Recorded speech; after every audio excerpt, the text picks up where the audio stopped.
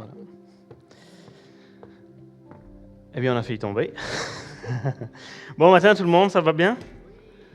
Bon, j'espère que vous allez mieux que moi. Moi, je suis un peu enrhumé, mais j'espère que vous allez tolérer cette voix nasillarde.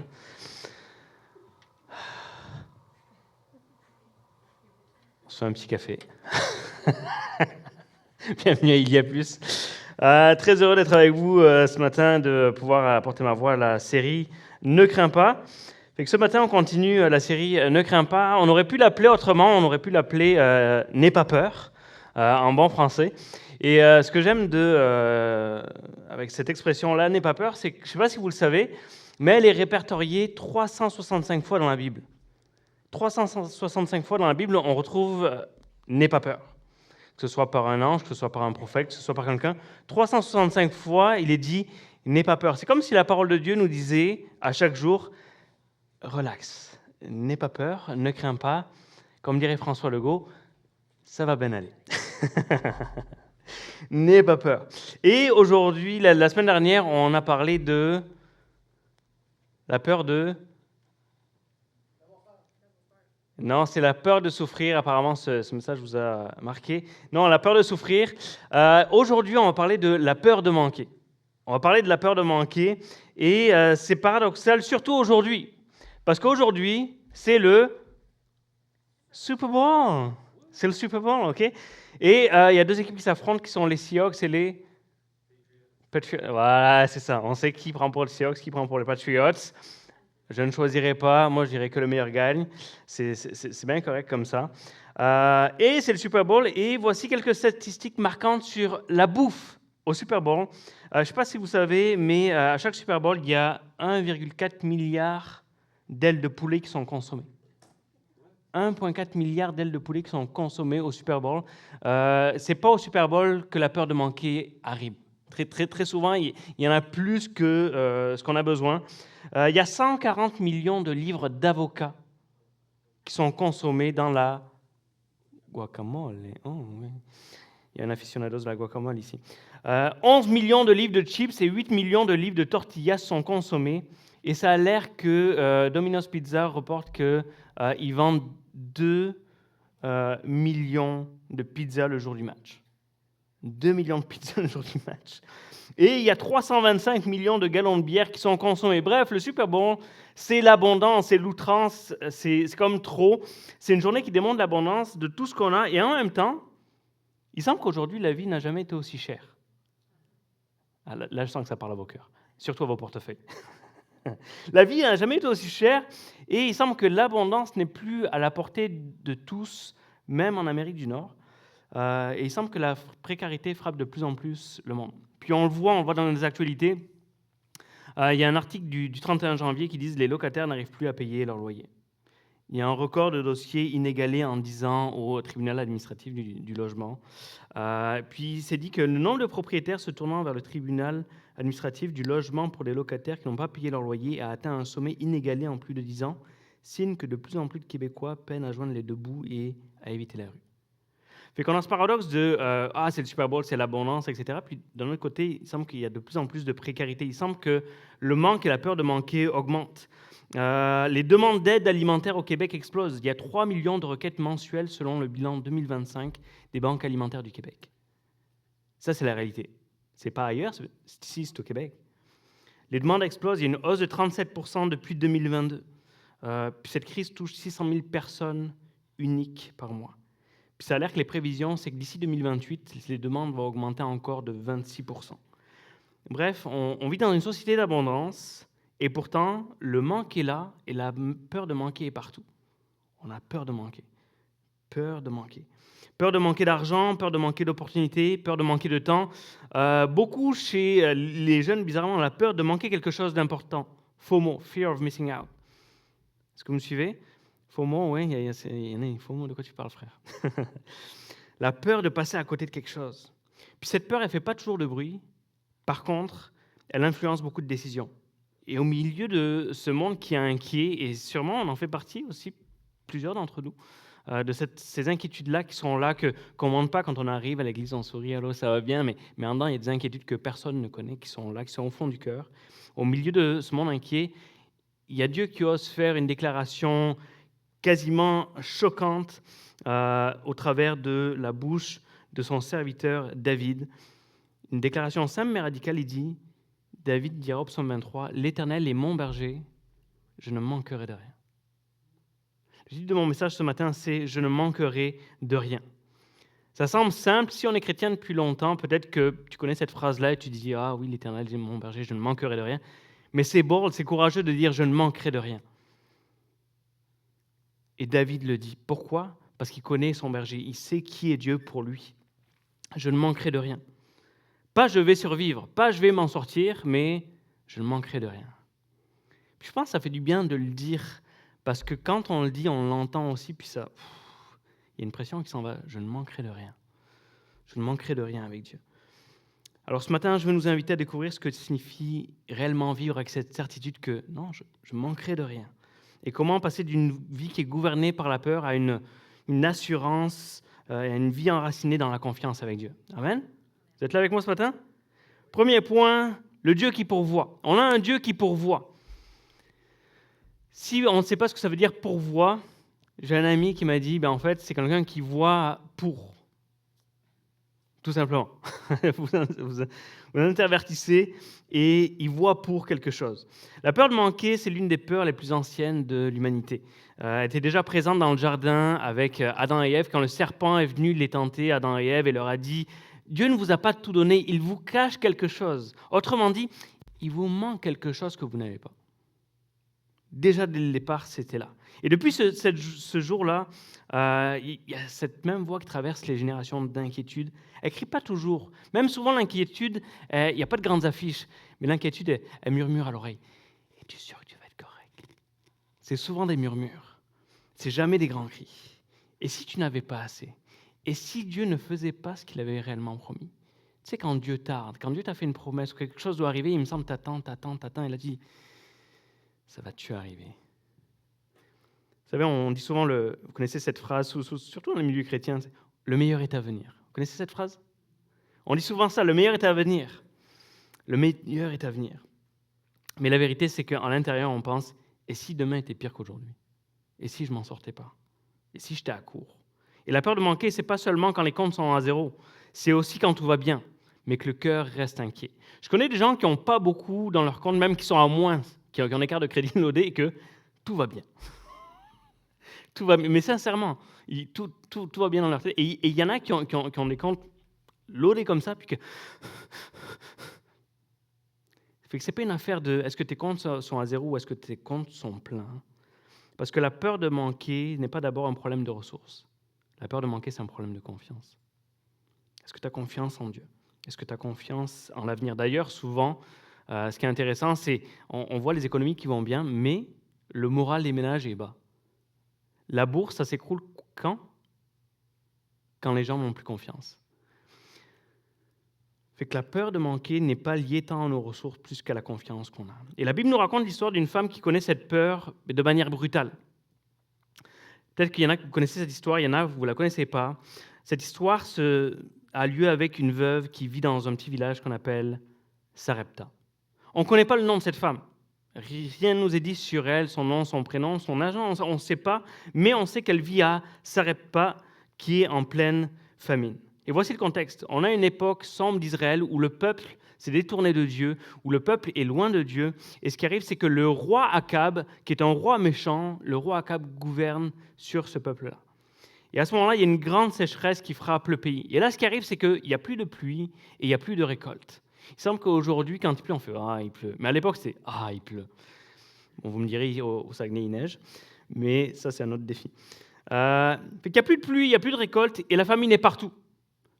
Tout le monde manque. Il manque d'eau, il manque de récolte et il manque à manger pour les gens. Et Dieu envoie son prophète Élie.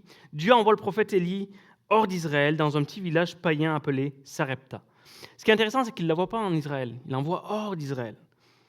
Et ça, c'est une chose pour nous de savoir que Dieu s'intéresse à nous aussi. Peu importe qui on est, où on est, Dieu s'intéresse à nous. Il envoie Élie. Et là-bas, il y a une veuve qui y vit et elle est seule. Elle est seule, elle est pauvre et elle vit avec un enfant en charge. en termes modernes, c'est une mère monoparentale. Elle n'a rien. Elle n'est pas là. Elle n'a pas tout ce qu'elle devrait avoir besoin. Elle a presque plus rien à manger et humainement, honnêtement, elle n'a aucun avenir. Et pourtant, c'est précisément là, dans ce lieu petit qu'on ne connaît pas, dans ce lieu improbable, que Dieu va révéler sa fidélité et sa grâce à cette femme-là. C'est une femme qui est sans mari, c'est une femme qui est sans filet social. Il n'y a pas de rame-cul à l'époque, il n'y a pas de manque alimentaire, ça n'existe pas, c'est pas là. Puis c'est une femme avec un enfant à nourrir. Et quand il y arrive, il la trouve en train de ramasser quelques bouts de bois. Puis les bouts de bois, ce n'est pas pour se construire un abri ou se construire un chalet avec une vue sur l'eau. Non, ça n'a rien à voir avec ça. Elle ramasse le bois pour pouvoir faire cuire son dernier repas. C'est son dernier repas. Et il la trouve en train de ramasser ces bouts de bois. Et lorsqu'Élie lui demande un peu de pain, voici ce qu'elle répond. Dans 1 Roi chapitre 17, verset 12, elle dit « Je n'ai rien de cuit, je n'ai qu'une poignée de farine dans un pot et un peu d'huile dans une cruche. Je suis en train de ramasser 2 morceaux de bois, puis je rentrerai et je préparerai cela pour mon fils et pour moi. Nous le mangerons, après quoi nous mourrons. » Remarquez qu'on n'est même pas en train de savoir si elle a des œufs ou du ketchup. Non, elle fait juste du pain. Elle fait juste du pain, puis c'est son dernier repas. Voilà à quoi ressemble la peur de manquer quand elle atteint son sommet, quand l'avenir ne se projette plus, quand il n'y a plus d'espoir. C'est ça. Elle n'est pas dans l'abondance, loin de là. Elle est dans la survie. Elle essaie juste de survivre. C'est ça qu'elle vit, cette femme-là. Et c'est précisément là que Dieu décide d'intervenir. Et ce qui est frappant, c'est que Dieu n'envoie pas Élie chez un homme riche. La famine était partout et pour tous. Quand Élie marche, il n'a pas des réserves dans son sac. Dieu lui dit d'aller vers ce village-là, vers Sarepta. Et lui non plus, il n'a pas d'argent. On aurait pu s'attendre à ce qu'il aille vers un homme riche ou chez un marchand prospère ou quelqu'un qui a de l'argent pour qu'il puisse manger à profusion, mais pas du tout. Il l'envoie chez quelqu'un qui n'a presque rien. Et on se dit, mais pourquoi ?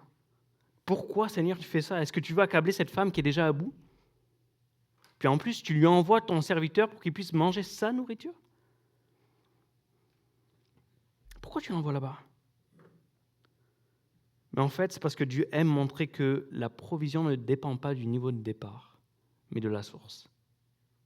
Ça n'a pas rapport avec ce qui reste dans ta cruche, dans ton pot, dans ton compte en banque. Ça a rapport avec la source. Et Élie lui dit quelque chose de surprenant. Dans 1 Roi 17, 13, la première chose qu'il lui dit, c'est « N'aie pas peur. N'aie pas peur. » Ça fait partie des 365 « N'aie pas peur » de la Bible. Il lui dit « N'aie pas peur. » Il dit « Fais ce que tu as dit, mais prépare-moi d'abord un petit gâteau. » Puis tu en feras pour toi et ton fils. Qui est frustré en ce moment? Je vous avoue, pendant des années, j'ai lu ce passage-là et j'étais frustré. Je dis, mais voyons donc, prophète Élie, c'est ça que tu représentes Dieu? Tu dis, hey, sers-moi d'abord, puis après, regarde, s'il y a un reste, t'en feras pour toi et ton fils. Moi, chaque fois, j'étais frustré de lire ça. J'étais hors de moi. Je me dis, franchement, t'es donc ben égoïste. C'est ça le prophète de Dieu? Avouez, vous l'avez tous pensé aussi. Voyons donc. T'as pas d'allure, Élie. Mais Élie, il sait ce qu'il fait, parce qu'à ce moment-là, c'est un moment décisif. À ce moment-là, il n'est pas question de la fin d'Élie, il est question de la foi de la femme. Et ce qu'il fait, c'est que, ce qui arrive avec Dieu, c'est que Dieu ne commence pas par multiplier, il commence par inviter à faire confiance. Nous, on aimerait que Dieu fasse le miracle. En gros, c'est souvent, Seigneur, donne-moi, puis après on verra. Éventuellement, je te remercierai, je ferai les affaires. Mais Dieu, c'est toujours le contraire. Avant de multiplier, il dit, non, fais-moi confiance d'abord. Vous connaissez l'histoire des 5 pains et 2 poissons? Qu'est-ce qui se passe d'abord? Il faut qu'il les donne. Il n'a pas le choix de se débarrasser de ce qu'il a pour que la multiplication arrive. Et c'est exactement ce que Élie fait à ce moment-là. Il dit, fais-moi d'abord un gâteau. Et pendant longtemps, j'avais une mauvaise conception. Je pensais que Élie ne pensait qu'à lui. Mais il était en train d'agir de la part de Dieu et il était en train de dire, montre-moi ta foi, fais-moi un gâteau et tu verras si le miracle arrive par la suite. La provision ne dépend pas du niveau départ, mais de la source. Dieu ne commence pas par multiplier, il commence par nous inviter à faire confiance. Et la peur dit, garde ce que tu as, tu pourrais manquer. On ne sait jamais. Et la foi dit, remets à Dieu ce que tu as, parce qu'il peut faire plus que toi. Je vous avais déjà raconté ici, mais je vais le raconter juste pour le principe de l'illustration. Je me rappelle quand je suis arrivé au Québec il y a 20 ans. 20 ans déjà, je sais, j'ai juste 30 ans, j'avais 10 ans quand je suis arrivé. Il y a 20 ans, je venais pour étudier la théologie et il fallait que je vienne à l'Institut, il fallait que je paye mon billet d'avion, que je paye les droits, fallait que... Et je me rappelle que je travaillais pour pouvoir financer mon voyage ici et à un moment donné, durant l'été, à vélo, je me fracture le bras et je ne peux plus travailler. Et j'ai à peu près, c'est pas beaucoup à l'époque, il y a 20 ans, mais quand même, j'avais un mois de salaire français, j'avais 1100 € sur mon compte bancaire. 1100 €. Et il y avait une situation où il y avait des gens qui avaient besoin d'argent et je me mets à prier pour eux et je dis: «Eh Seigneur, viens les bénir, fais quelque chose pour eux, c'est important et tout». Et je sens que Dieu me parle, que Dieu me met à cœur quelque chose, et qui me dit: «Mais tu sais quoi? Ton argent qui est dans ton compte, tu vas le prendre puis tu vas leur donner». Et je dis, et là tu dis: «Oh, c'est moi qui me fais des films, je crois entendre la voix de Dieu, mais c'est pas vrai». Mais souvent, ce genre de pensées, elles ne sont pas humaines, hein, c'est souvent pas les nôtres.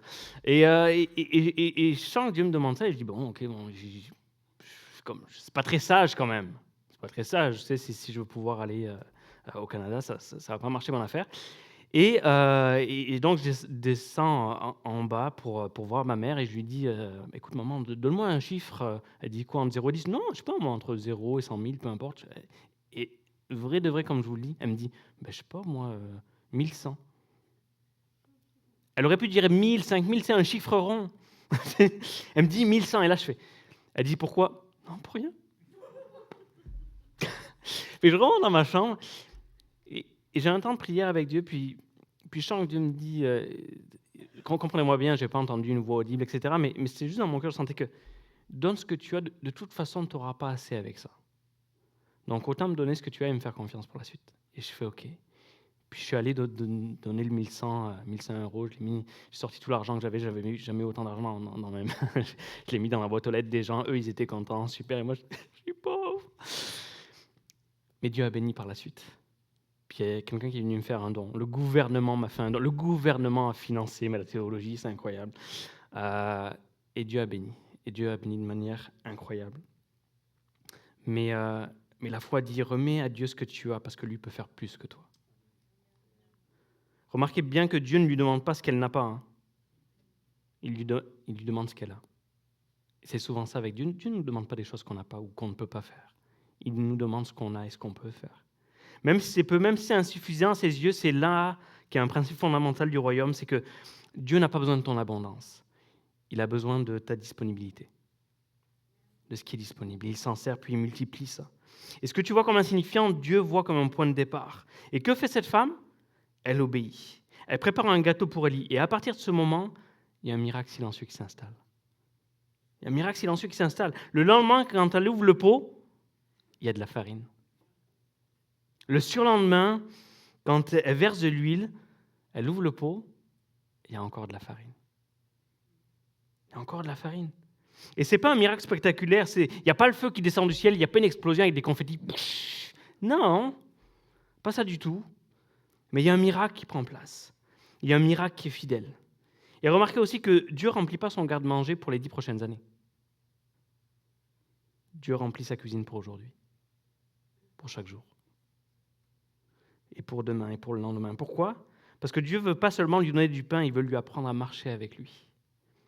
C'est ce que Dieu veut faire avec nous. Dieu veut nous apprendre à marcher avec lui. On aimerait souvent que Dieu nous donne une sécurité à long terme. Ça nous rassurerait, ça nous ferait du bien de... Oui, mais s'il y avait juste ça, Seigneur... Et Dieu dit, fais-moi confiance. Marche avec moi. Je veux que tu apprennes à quel point je suis fidèle.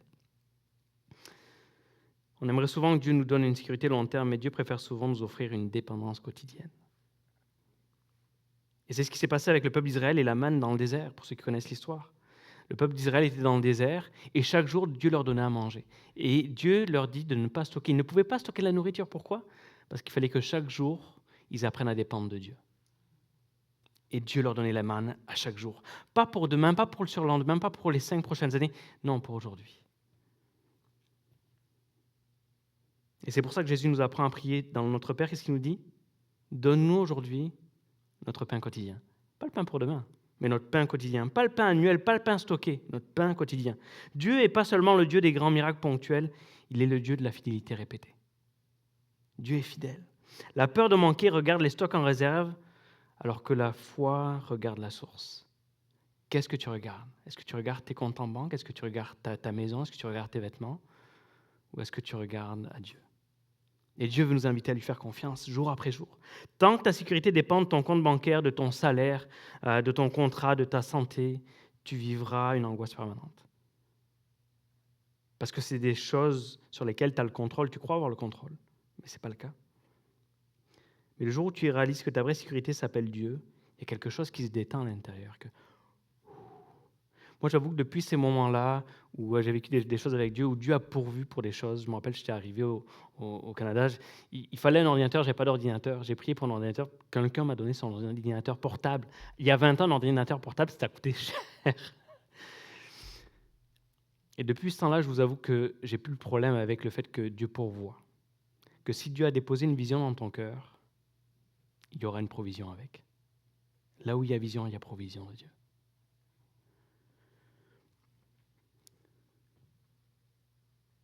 La peur de manquer regarde les stocks en réserve, mais la foi regarde la source. Ça ne veut pas dire qu'on n'aura jamais de défis. Ça ne veut pas dire qu'il n'y aura pas des moments difficiles. Ça ne veut pas dire qu'il n'y aura jamais de saisons difficiles. Ce n'est pas vrai. Mais ça veut dire que tu n'es jamais seul face à tes besoins. Et voici ce que Paul déclare dans Philippiens 4,19. Il dit « Mon Dieu pourvoira à tous vos besoins selon sa richesse. » Et ça, c'est rassurant parce que ce n'est pas selon ton patron, ce n'est pas selon ton gouvernement, ce n'est pas selon l'économie. C'est selon sa richesse. Et la richesse de Dieu n'a pas de plafond. La richesse de Dieu n'a pas de plafond. Maintenant, ce qui peut arriver, souvent quand des gens qui viennent à Dieu pour les premières fois, ou même ceux qui sont plus âgés dans la foi chrétienne, ce qui arrive, c'est qu'on se dit, mais il me semble que Dieu est omniscient, il sait tout, il connaît tout. Oui, c'est vrai. Donc, il connaît mes besoins. Oui, c'est vrai. Bon, et s'il les sait, il sait ce qu'il lui reste à faire. Vrai ou pas? Et pourtant, Dieu a besoin qu'on lui exprime nos besoins. Pas pour l'info, il a déjà l'info. Il le sait, il n'est pas fou, il connaît bien.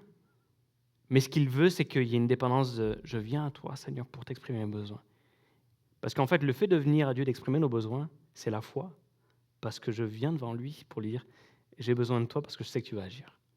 Oui, il le sait, mais il a besoin qu'on vienne vers lui. Et ça, c'est le côté gentleman de Dieu anyway. C'est que Dieu ne nous forcera jamais à venir vers lui. Mais quand on vient vers lui, il est content de, nous voir, nous recevoir, nous parler et nous répondre. Il a l'info, mais il veut qu'on apprenne à lui remettre nos inquiétudes et à lui faire confiance. Puis Paul nous invite aussi à exprimer nos besoins. Il y a des chrétiens qui vont dire « Ah, si tu lui demandes pour tes besoins, c'est que tu n'as pas foi en lui. » Si, j'ai foi en lui, c'est justement pour ça que je lui demande.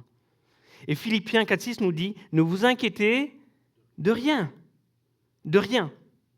Mais en toute chose, faites connaître vos besoins à Dieu par des prières et des supplications dans une attitude de reconnaissance. Merci Seigneur parce que je sais que tu vas répondre. Merci Seigneur parce que je sais que tu vas pourvoir. » Pourquoi? Parce qu'il est... Vous savez, il y a plusieurs noms de Dieu qui sont connus dans la Bible. Et un de ces noms, c'est... Vas-y, Dan. Jéhovah Jireh. En anglais, c'est Jireh. C'est pas Jéhovah Jireh à la piscine. Non, c'est pas ça. C'est Jéhovah Jireh. Et Jéhovah Jireh, ça veut dire le Dieu qui pourvoit. Il est Jéhovah Jireh. C'est le nom qui a été donné par Abraham à Dieu parce qu'il a fourni ce qu'il avait besoin. Et aujourd'hui, Dieu te dit peut-être la même chose que ces deux. N'aie pas peur. N'aie pas peur, je suis là, je suis avec toi. Pas parce que la situation est simple, pas parce que tout est réglé, mais parce que Dieu est présent. La peur de manquer commence quand tu regardes ce que tu n'as pas. Quand on commence à regarder ce qu'on n'a pas, c'est là qu'on commence à... Vous savez, c'est un peu comme quand on est dans le vide et on fait « Ah, il n'y a rien. » C'est quand on commence à regarder le vide qu'on commence à avoir peur. La peur de manquer commence quand tu regardes ce que tu n'as pas. Mais la foi commence quand tu commences à regarder qui tu as. La source. Qui tu as, celui que tu as. Et quand Dieu est ton berger, tu peux déclarer, même au milieu de la famine, même quand tout est désespéré, tu dis, je ne manquerai de rien, avec assurance. Je ne manquerai de rien. La bonne nouvelle, c'est qu'il y a un remède à la peur de manquer. Est-ce que vous voulez le connaître? Il y en a qui vont dire, Dieu va gérer, c'est Dieu. Non. Il y a un remède à la peur de manquer. Lorsqu'on relit l'histoire de la veuve de Sarepta, on pourrait se concentrer uniquement sur le miracle de la farine et de l'huile. Dire, waouh, c'est beau, Dieu a multiplié la farine, Dieu a multiplié l'huile, etc. Mais il y a un autre miracle qui est plus discret, qui est plus profond que ça. C'est pas seulement que Dieu multiplie la farine, c'est que Dieu transforme une femme terrifiée en une femme généreuse. Elle est terrifiée par la peur de manquer, de mourir même, mais elle devient généreuse. Avant l'arrivée d'Élie, cette femme vivait dans une logique de survie. À chaque jour, elle devait trouver à manger. C'est pour ça que Jésus dira, à chaque jour suffit sa peine. Chaque pensée tournait autour de la même question. Comment je vais tenir un jour de plus? Comment je vais faire? Et on peut facilement la comprendre, mais après avoir expérimenté la fidélité de Dieu, il y a quelque chose qui change, qui shift dans son cœur. Sa maison devient un lieu ouvert, sa table devient partagée, et sa vie devient un canal de bénédiction. Elle ne reçoit pas seulement un miracle, elle est participante au miracle. Et ça, c'est un principe fondamental du royaume de Dieu, c'est que Dieu ne bénit jamais simplement pour accumuler, il bénit pour faire circuler. Quand Dieu te bénit, ce n'est pas juste pour « je le garde pour moi, on ne sait jamais, j'en aurai pour les 10 prochaines. » Non, ce n'est pas juste pour accumuler, c'est aussi pour faire circuler pour les autres. La peur de manquer enferme, alors que la foi ouvre. Quand la peur gouverne, ce qui arrive, c'est qu'on ferme les mains, puis on retient. Alors que quand la foi gouverne, on ouvre nos mains, puis on relâche. Tu n'as pas peur de relâcher, parce que tu sais que le Dieu qui pourvoit est avec toi. Tu relâches. La veuve aurait pu dire, maintenant que j'ai assez pour moi et mon fils, super, je ferme la porte, merci Élie. Plus, see you. On se voit pour le Super Bowl. Elle aurait pu faire ça. Elle aurait pu fermer la porte et dire, merci, c'était vraiment nice de t'avoir. La prochaine fois, je t'appelle. Mais pas du tout. Elle continue d'accueillir Élie. Elle continue de partager. Elle continue de donner à Élie. Pourquoi? Parce qu'elle a compris quelque chose. La source de sa provision n'est pas dans sa cuisine. La source est dans le Dieu qui agit. La source est dans le Dieu qui agit. Le jour où tu comprends réellement que Dieu est ta source, tu n'as plus besoin de protéger tes ressources comme si tout dépendait de toi. Et ça change complètement ta relation avec l'argent, avec le temps, avec l'énergie, avec les possessions. Parce que Dieu ne cherche pas des coffres-forts. Dieu cherche des cadeaux. Dieu ne cherche pas des coffres-forts, il cherche des canaux. Un coffre-fort, ça garde, alors qu'un canal, ça laisse passer. Si Dieu peut faire passer bénédiction à travers toi, alors il peut t'en confier davantage. Parce que si ton coffre est déjà rempli, qu'est-ce que tu veux que Dieu remplisse encore? Puis Jésus le dira de cette manière, il dit « Donnez, et il vous sera donné ». Et c'est exactement ce que fait la veuve de Sarepta. Tout ce qu'elle a, c'est son reste à vivre. Mais elle le donne. Donne, et il te sera donné.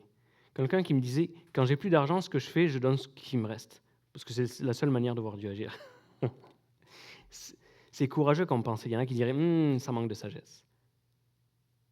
Et pour l'avoir vécu, expérimenté, c'est vrai, Dieu agit.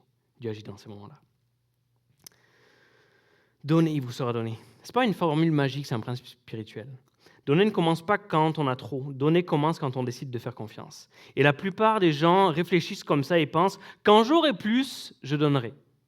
Quand je serai rendu à tel niveau, quand j'aurai 5 000 $ à mon compte, le problème c'est que ce 5 000 $ devient 10 000 $, 20 000 $, 50 000 $. Est-ce que vous me suivez?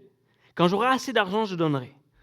Mais dans le royaume de Dieu, c'est souvent l'inverse. Quand tu donnes, Dieu t'apprend que tu as plus que tu ne le pensais. La veuve n'a jamais eu un stock énorme, mais elle n'a jamais manqué. Elle n'a jamais manqué avec Dieu. Et c'est là une grande différence, c'est que Dieu ne promet pas toujours le luxe, mais il promet la suffisance. Tu vas avoir assez. J'avais un pasteur quand j'étais jeune, je me rappelle, j'avais 10 ans, il disait, vous savez, Dieu a promis le pain quotidien. Il n'a pas promis le beurre et la confiture.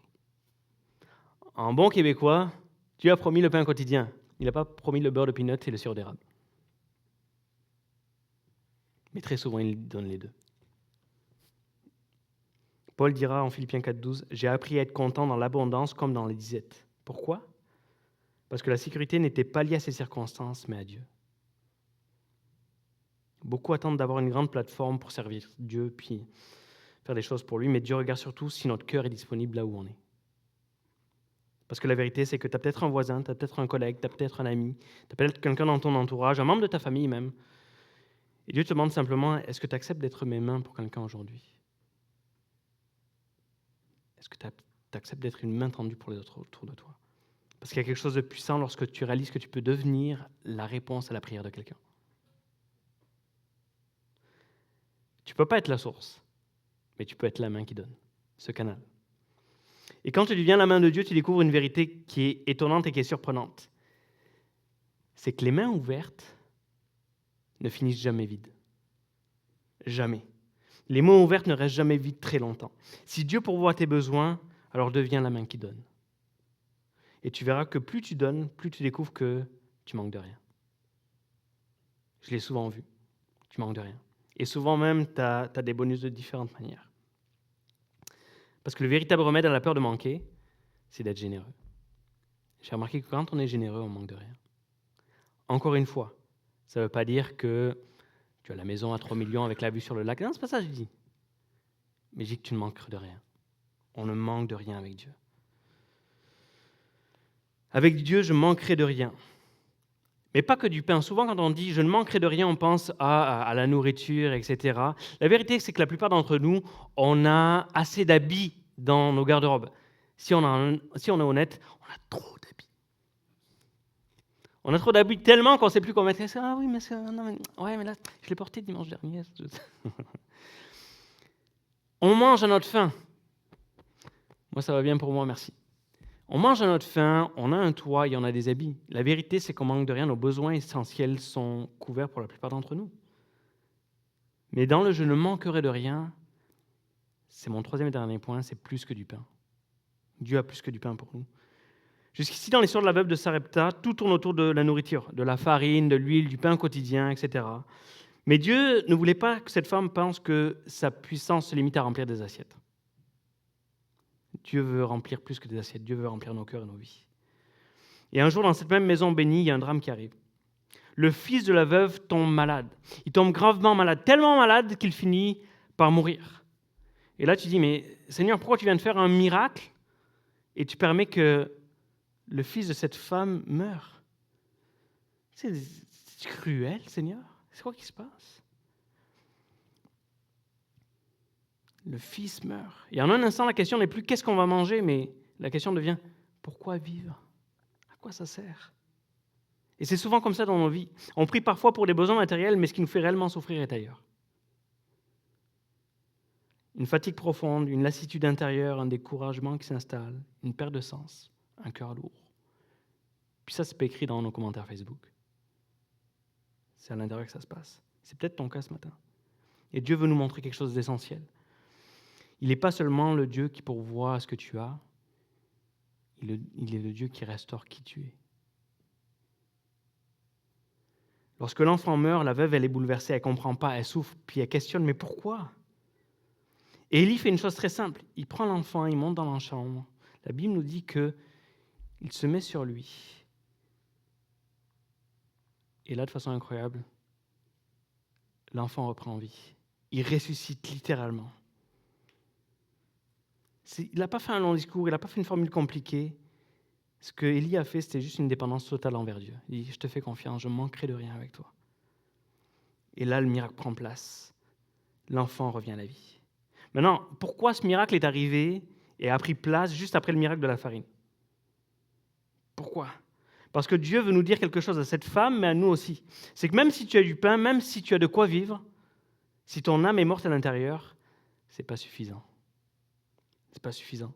Dieu ne veut pas seulement que tu survives, il veut que tu vives. Il veut qu'on vive. Il veut qu'on vive pleinement. Beaucoup de personnes aujourd'hui ont un frigo plein, mais un cœur vide. Un emploi, mais plus de passion. Une maison, mais pas de paix. Un agenda rempli, mais une âme épuisée. Et ça, je trouve que ça représente bien notre société. On a tout. Et pourtant, il semble qu'on est vide à l'intérieur. Et Jésus vient nous dire, « Venez à moi, vous tous qui êtes fatigués et chargés, et je vous donnerai du repos. » Venez à moi, vous tous qui êtes fatigués et chargés, et je vous donnerai du repos. C'est-à-dire que dans le « je ne manquerai de rien », ce n'est pas juste mon assiette. C'est que même dans le repos, Dieu veut nous donner du repos. Tu ne manqueras pas de repos. Je veux te donner mon repos. Mais Dieu demande quelque chose. On pourrait dire, donne-le ton repos, j'en ai besoin. Mais Jésus dit, viens à moi. J'ai besoin que tu viennes à moi.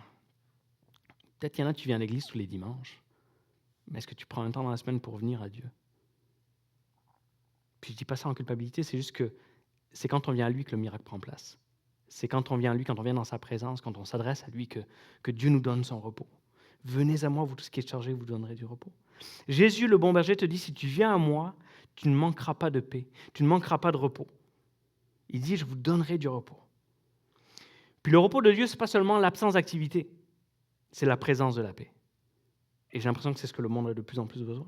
Et c'est pour ça qu'on appelle Jésus le prince de la paix. Il est le prince de la paix. Avant de repartir au ciel, il dira à ses disciples dans Jean 14, 27, « Je vous laisse la paix, je vous donne ma paix. Je ne vous donne pas comme le monde donne, que votre cœur ne se trouble point et ne s'alarme point. » J'aimerais inviter Cynthia, si tu peux peut-être revenir au piano, en terminant. La vérité, c'est que tu peux être en vacances, tu peux être épuisé. D'ailleurs, souvent, quand on revient de vacances, on est plus épuisé en rentrant que quand on est parti. Et en même temps, tu peux travailler et être en paix. Parce que le vrai repos, il est intérieur. Et Dieu veut nous donner, Dieu veut pourvoir pour ce repos-là. On va relire Philippiens 4, 6. « Ne vous inquiétez de rien, mais en toute chose, faites connaître vos besoins à Dieu par des prières et des supplications dans une attitude de reconnaissance. » Mais ce qui est intéressant, c'est le verset qui suit. Le verset 7 nous dit « Et la paix de Dieu, qui dépasse tout ce qu'on peut comprendre, gardera votre cœur et vos pensées en Jésus-Christ. » Dieu sait bien qu'il y a des besoins matériels, qu'il y a des besoins pour manger, pour se nourrir, pour se vêtir, etc. Mais il sait que c'est la paix qui fait la différence. Il comprend qu'on est corps, âme et esprit. Fait que oui, on a besoin de nourrir notre corps, mais on a besoin de nourrir notre âme aussi. Et la paix de Dieu qui surpasse toute intelligence gardera votre cœur et vos pensées en Jésus. Dieu veut poser sa paix sur ton cœur ce matin. Dieu veut alléger tes fardeaux. Dieu veut te rappeler que tu n'as pas à porter seul ce qu'il veut porter avec toi. Et c'est pour ça qu'il dit « Viens à moi, viens à moi ». Et souvent, j'ai cette image, vous savez, on dit de déposer nos fardeaux au pied de la croix, au pied de Jésus, de déposer ce qui nous détache. Mais souvent, on vient à l'église, puis on a notre fardeau de toute la semaine, de tout le mois, de tout ce qu'on vient. On fait « Ah !» On garde une main attachée ici, puis on loue Jésus d'une main. « Ah, c'était bon ce matin, hein ?» Puis on repart avec. Et Dieu dit « Non, viens à moi, fais juste déposer tes fardeaux. Parce qu'avec moi, tu ne manqueras de rien, tu ne manqueras pas de paix, tu ne manqueras pas de repos. Mais viens à moi, dépose tes fardeaux. Donne-moi ce que tu as. Donne-moi ce que tu as. Donne-moi tes fardeaux. Puis moi, je te donnerai bien plus. Pas plus de fardeaux. Un joug qui est doux et léger. Et même à la veuve de Sarepta, donne-moi ce que tu as. Viens, moi, donne-moi ce que tu as. Donne-moi le peu que tu as. Et moi, je vais te transformer en miracle. Tu ne manqueras de rien avec moi. Alors certains, ce matin, tu vis comme si tout dépendait de toi. Peut-être tu te dis, si j'échoue, tout s'écroule. Si je me fatigue, tout s'arrête. Si je ralentis, tout est perdu. Mais Dieu dit, c'est pas toi le sauveur. C'est moi. Tu n'as pas à sauver le monde, tu n'as pas à tout contrôler, tu n'as pas à être parfait. Des fois, on se met une pression que Dieu ne n'a pas mise sur nous. Dieu dit, je t'appelle juste à me faire confiance. Parce que Dieu veut pourvoir.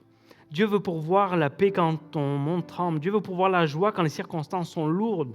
Dieu veut pourvoir l'amour quand tu te sens rejeté, le repos quand tu es épuisé, l'espérance quand tout semble sombre et la vie éternelle quand un jour tout va s'arrêter ici-bas. Dieu pourvoit même la vie éternelle. Quand la mort sera là, Dieu pourvoira la vie. C'est pour ça que Jésus dit, celui qui croit en moi vivra, quand même il serait mort. Peut-être en ce moment tu es mort, il y a quelque chose qui est mort à l'intérieur. Et Dieu dit, je vais le ressusciter. Je vais pourvoir la vie pour toi. La plus grande provision de Dieu n'est pas matérielle. C'est Jésus lui-même. C'est Jésus lui-même. Quant à Jésus, tu peux traverser des saisons difficiles sans perdre ton âme. Tu peux manquer de certaines choses sans manquer l'essentiel. J'avais vu un livre où, sur le devant, le titre du livre, c'est « Jésus plus rien égale tout ». Jésus plus rien égale tout. Peut-être tu n'as rien, mais si tu as Jésus, tu as tout. Tu as tout ce dont tu as besoin. Parce que quand Dieu est ton berger, tu ne manques pas de ce qui compte vraiment. Tu ne manques pas de sa présence, tu ne manques pas de son amour, tu ne manques pas de son pardon, tu ne manques pas de sa grâce. Et surtout, tu ne manques pas d'avenir. Et ce matin, Dieu te dit peut-être simplement, viens à moi, pose tes fardeaux, reçois mon repos, reçois ma paix. Je suis ta source, je suis ton berger. Fais-moi confiance, tu ne manqueras de rien. Tu ne manqueras pas de nourriture, pas de vêtements, mais tu ne manqueras pas de paix, tu ne manqueras pas de repos. Viens à moi. Et avec lui, tu peux vivre sans être gouverné par la peur de manquer, parce que tu sais désormais, je ne manquerai de rien. Je ne manquerai de rien. Avec Dieu, tu manqueras de rien. Alors, je ne sais pas ce qui te manque ce matin, je ne sais pas ce dont tu as besoin, mais voici ce que Jésus te dit. Viens à moi. Viens à moi, puis je veux te donner ce que tu as besoin. Je veux te donner ce qui te manque. Parce que j'ai tout. Je suis la source de vie. Je suis le chemin, la vérité, la vie. Et je veux juste te bénir, je veux juste te combler. Est-ce que vous me permettez de prier en terminant? Qu'on puisse fermer nos yeux, puis je ne sais pas ce que tu as besoin, mais juste élève ta voix devant Dieu. Ça peut être dans ton cœur, ça peut être à voix basse, peu importe. Mais Jésus te dit ce matin, viens à moi. Qu'est-ce que tu as besoin? Je veux bénir, je veux pourvoir. J'ai juste besoin que tu viennes devant moi, que tu me donnes ce que tu as, pour que je puisse faire le miracle. Seigneur Jésus, merci parce qu'on manque de rien. Merci parce que tu es notre berger. Et la parole de Dieu dit que tu es le bon berger. Pas un mauvais berger, tu es le bon berger. Tu sais ce qu'on a besoin et tu nous donnes. Seigneur, merci parce qu'avec toi, on ne manque de rien. Mais tu nous demandes de venir à toi, de venir vers toi, de déposer nos fardeaux, de venir avec ce qu'on a et de dire, Seigneur, j'ai besoin de ça. Peut-être qu'il y en a, c'est financier, peut-être qu'il y en a, c'est émotionnel, peut-être qu'il y en a, c'est spirituel. Seigneur, même pour le pardon, on a besoin de pardon, on a fauté, on a péché, il y a des choses dont on n'est pas fier. Tu fournis le pardon. Mais il faut qu'on vienne devant toi, qu'on vienne vers toi pour dire, Seigneur, je te demande pardon. Et alors qu'on le fait, tu accordes ton pardon. Seigneur, on est pécheurs, puis on a besoin du salut. Mais même là, Seigneur, tu as pourvu. Tu as envoyé ton Fils Jésus sur la croix. Et alors qu'on vient devant toi et qu'on dit, Seigneur, je te demande pardon, je crois en toi, il y a la vie éternelle qui est disponible pour nous. Merci parce que tu as pourvu à tout et tu pourvoiras encore et encore. Et si tu as fait un miracle aujourd'hui, tu feras un miracle demain et après-demain, comme tu l'as fait pour cette veuve à Sarepta. Seigneur, merci parce qu'avec toi, on ne manque de rien. De rien. Seigneur, merci d'être le bon berger. Merci parce qu'on a un plein repos en toi. Merci parce que ton fardeau est doux et léger. Et Seigneur, je te prie pour tous ceux qui vivent des situations en ce moment qui sont compliquées, qui sont difficiles, que ce soit au niveau familial, que ce soit au niveau de la santé, que ce soit au niveau du travail, que ce soit au niveau des perspectives, peu importe, tu connais. Seigneur, je te prie de venir mettre ta paix qui ne surpasse toute intelligence dans leur cœur. Viens pourvoir à ta paix, viens pourvoir à ton repos, qu'ils puissent avoir une pleine confiance en toi, qu'alors qu'ils sont en toi, ils ne manquent de rien. Seigneur Jésus, merci pour tout ce que tu fais. Merci pour tout ce que tu vas faire. Merci parce qu'on n'a rien à craindre en toi. Tu nous le dis, ne vous inquiétez de rien. Seigneur, la solution pour ça, c'est de venir à toi, c'est de venir à tes pieds. Merci Seigneur parce que tu vas pourvoir encore et encore. Oh, peut-être pas pour les 10 prochaines années, mais pour aujourd'hui. Seigneur, je te remets ce dimanche, Seigneur, je te remets cette église. Je te remets cette semaine, Seigneur. Qu'on puisse vivre et réaliser que tu es le Dieu qui pourvoit et qu'avec toi, on ne manque jamais de rien. Dans le nom de Jésus, je prie, Seigneur, ce matin. Amen. Amen. Est-ce qu'on pourrait se lever en terminant pour chanter un dernier chant ce matin?